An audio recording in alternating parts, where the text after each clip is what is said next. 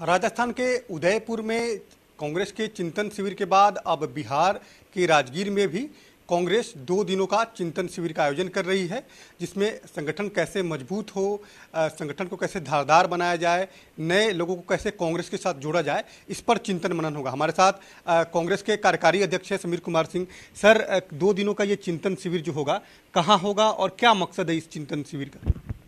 अभी उदयपुर में नव चिंतन शिविर का आयोजन किया गया था, नव संकल्प शिविर का आयोजन किया गया था, जिसमें पार्टी को स्थानीय स्तर से लेके केंद्रीय समिति तक में बदलाव लाने, मजबूती प्रदान करने के लिए और देश हित में प्रमुख कार्यक्रम तय करने के लिए ये संकल्प शिविर में निर्णय लिया गया है।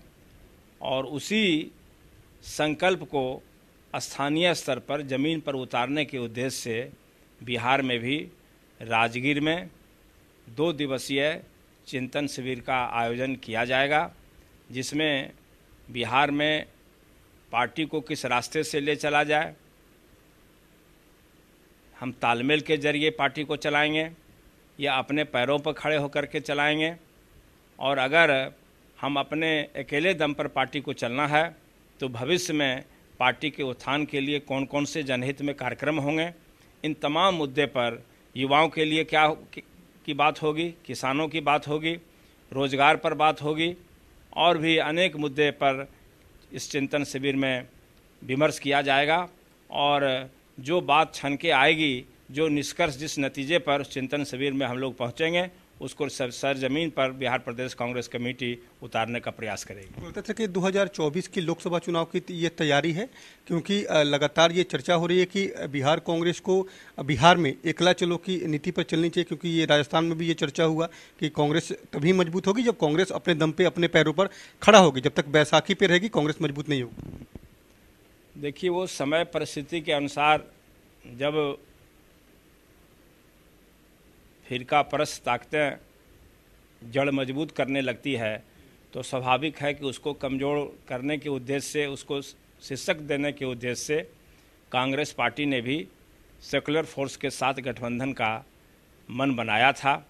और उद्देश्य यही है कि जो सांप्रदायिक ताकत है, जो जात पात से भी बड़ा खतरा है, उसको कैसे टाला जाए। और ये एक नासूर की तरह फैलता जा रहा है और भारतीय जनता पार्टी इसको फैलाने में अग्रसर है, इसीलिए इसको रोकना कांग्रेस का धर्म है। और सामाजिक सद्भावना राष्ट्र में पैदा करना ये हमारा मुख्य उद्देश्य है। इसी उद्देश्य के तहत हम लोग कहीं कहीं किसी राज्यों में तालमेल करते हैं।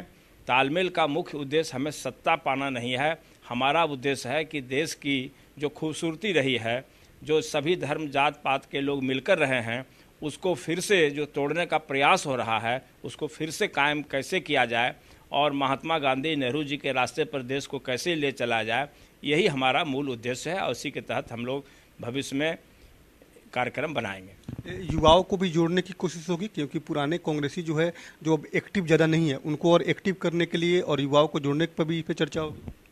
देखिए, घर में नौजवानों की भी ज़रूरत है और जो अनुभवी बुजुर्ग हैं उनकी भी ज़रूरत है।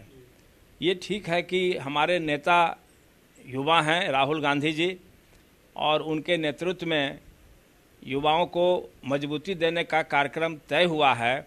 और इसी के तहत ये हुआ है कि सभी सांगठनिक पदों पर चुनाव में 50% नौजवान को सामने लाया जाएगा। ये पार्टी की सोच है। लेकिन नौजवानों के साथ साथ जो अनुभवी राजनेता हैं, जो सशक्त राजनेता हैं, उनको उम्र के आधार पर दरकिनार नहीं किया जाएगा, ऐसा पार्टी के अंदर मंथन हुआ है, विचार हुआ है। इसलिए नौजवानों को तो सदैव कांग्रेस पार्टी ने आगे लाया है। एक ज़माना था जब हम लोग विपक्ष में हुआ करते थे 77 में, तो संजय गांधी जी के नेतृत्व में पूरे देश में हजारों हजार विधायक और सांसद बने थे। तो हम लोगों ने तो हमेशा से नौजवानों को प्रश्रय दिया है। इंदिरा जी ने भी नौजवानों को आगे बढ़ाया, राजीव जी ने भी नौजवानों को बढ़ाया, और आज राहुल जी के नेतृत्व में नौजवान को कांग्रेस पार्टी में सम्मान मिल रहा है और आगे भी मिलेगा। बिल्कुल कांग्रेस के कार्यकारी अध्यक्ष समीर कुमार सिंह, इनका दावा है कि जो ये राजगीर में 2 दिनों का चिंतन शिविर होगा उसमें पार्टी का संगठन कैसे मजबूत हो, जमीनी स्तर पर पार्टी कैसे मजबूत हो, ये तमाम मुद्दों पर एक तरह से चिंतन मनन किया जाएगा। कैमरामैन रणधीर के साथ अनिश कुमार, कशिश न्यूज, पटना।